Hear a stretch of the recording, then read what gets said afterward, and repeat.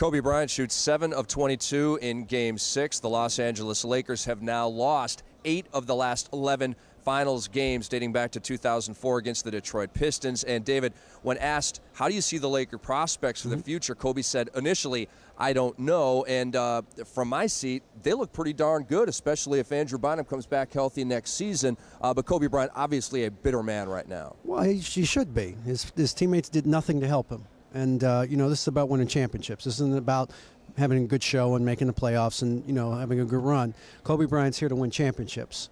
And when you're a player of his magnitude, you expect that you're going to get some help from some of your teammates. And with very few exceptions, with Odom played well in 1 game, Gasol played well in maybe 2 games.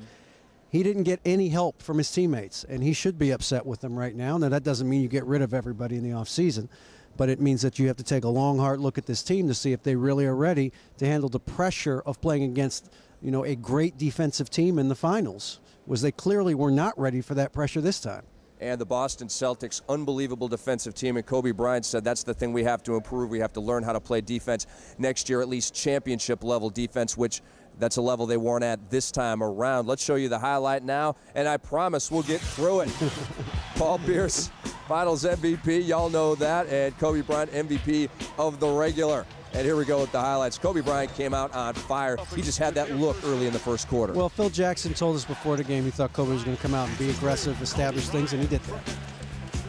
That Jay puts him up 7-5, and then Kobe Bryant takes the feed from Pau Gasol. The fake on Ray. And that's a tough fadeaway 3 right there. 11 points in the first quarter for Kobe Bryant. LA leads 13-12. Ray Allen, boy, he came out hot as well. Yeah, he did. He did a great job of kind of making himself available. And even when he got hit here in the eye and was out for a little bit, he came back and still had his shooting eye. He was ready to go tonight. Wow, that is a harsh poke to the eye right there. And you can see Ray Allen grimacing in pain. He had 8 points in the first quarter. Heads to the locker room, and he would come back out later, Paul Pierce style. And they get it down low to Kevin Garnett late in the first quarter. Spinning, fading. Oh, is that a deluxe shot from Kevin Garnett over Pau Gasol? Boston takes a 20-18 lead. And then watch this, P.J. Brown to KG. Excellent recognition by a veteran player in P.J. Brown. 10 points in the first quarter for KG. Boston led 24-20 at the end of 1. Paul Pierce got it going in the second quarter. Knocks that one down. Boston up 29-24. And then the Celtic bench gets hot. Here's Pose. Well, again, Posey, House were dominant in this series. They were ready to play, and they played at both ends of the floor. Posey's defense on Kobe was sensational in the second quarter. Great spot by Garnett. These were back-to-back threes by Posey and Eddie House. They extend the lead to 38-29. And there is Ray Allen. Not quite as dramatic as Paul Pierce's re-entry, but great to see Walter Ray Allen back on the court for the Boston Celtics. One of the turnovers for the Los Angeles Lakers. Pierce back for Boston, and they just had it going. James Posey hits that left wing 3, and that caps an 11-0 Celtic run. They take a huge lead at that point, 43-29, and then Kevin Garnett. That's got to be the shot of the game, B.A. I would say that's the shot of the series, right? That's pretty good. 26-14 for Kevin Garnett, his 6th straight double-double in this series. And the Boston Celtics outscore the Lakers 34-15 in the second quarter. They open up a 23-point halftime lead. They had 58 points at the half. Rajon Rondo, the hoop of the harm. He had 21 points and 6 steals and a bunch of other goodies I don't have time to tell you about right now because Boston's up by 25. And here's Rondo again off the Lamar Odom turnover, and then he feeds to Ray Allen. What I loved about Rondo in the third quarter was that he knew that the Lakers were going to play off of him because they were going to trap and press, and he was aggressive. He got his shots, and he was able to find open guys. Terrific quarter from Rondo.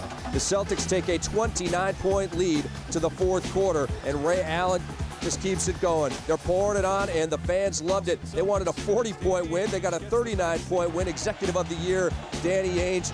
And there is almost Coach of the Year, Doc Rivers, and being presented with the Larry O'Brien Trophy after the game. Paul Pierce wins Finals MVP, and just an amazing scene here in Boston. And the first time since 1986 that one of the teams in this town won the championship in Boston. The Patriots won their 3 championships, of course, in the Super Bowl on neutral fields, and the last 2 championships for the Boston Red Sox came in Colorado and in St. Louis. First championship in 22 years for the Boston Celtics, and they win it by 39 points. That's the largest margin of victory in the history of the NBA Finals in a clinching game. And look at the big three. Garnett, Ray Allen, Paul Pierce all had magnificent games here in the clinching Game 6. Yeah, the city of Boston is no longer allowed to complain about anything.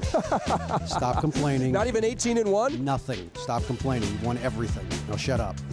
So Kevin Garnett was selected exclusively by fans as the Finals Game 6 Player of the Game, presented by T-Mobile. Garnett scored 26 points in leading his team to the series-clinching victory. Congratulations to Kevin Garnett, the Finals Game 6 Player of the Game, presented by T-Mobile. 10 of 18 from the floor. Another big double-double, had 3 steals. And again, if you're joining us late, the Boston Celtics racked up 18 steals in this game. That is a Finals record. So as you look back over this 6 games and then over the previous 3 series for the Boston Celtics, what are your thoughts? What comes immediately to mind? Well, I thought, the first series with Atlanta, I don't think something was wrong, obviously, with the team. I thought once they got past Atlanta, they really started to lock in. And I thought they started to play very well. Even though Cleveland took them to 7 games, it was a well-played series, I thought.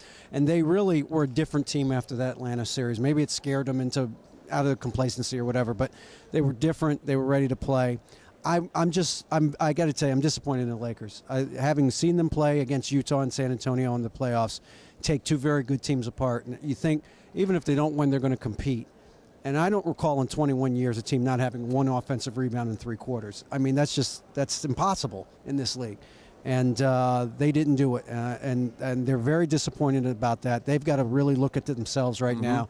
And I'm talking about Kobe's teammates. I mean, I think Kobe came to play. I think Derek Fisher, gave you effort like he always does. But the rest of the players have to really look at themselves, because they can't have this kind of effort if they're going to try to win a championship. Well, the LA Lakers have to go back to the drawing board. The Boston Celtics, they're going on vacation with big smiles on their faces. David, awesome to be here with you during this 2-week journey on the NBA Finals. Look forward to it again in the future. It was a pleasure, Rick. It was fun being here. No doubt about it. David Aldridge of TNT, we thank him. We thank Peter Vesey. We thank Andre Aldridge. We thank our entire NBA TV crew and you for watching. It's been an unbelievable season, and it culminates here in Game 6 with a Boston Celtic, a Boston massacre, if you will, a 39-point win in Game 6. The Boston Celtics are champions on the 17th day of the 6th month of the year. They win championship number 17 in Game 6. How do you like that? And somewhere right now, Red Auerbach has lit up a cigar, and he is smiling. There's no doubt his name was brought up very often in the 4th quarter here among the fans here at the TD Bank North Garden. Red is gone, but far from forgotten.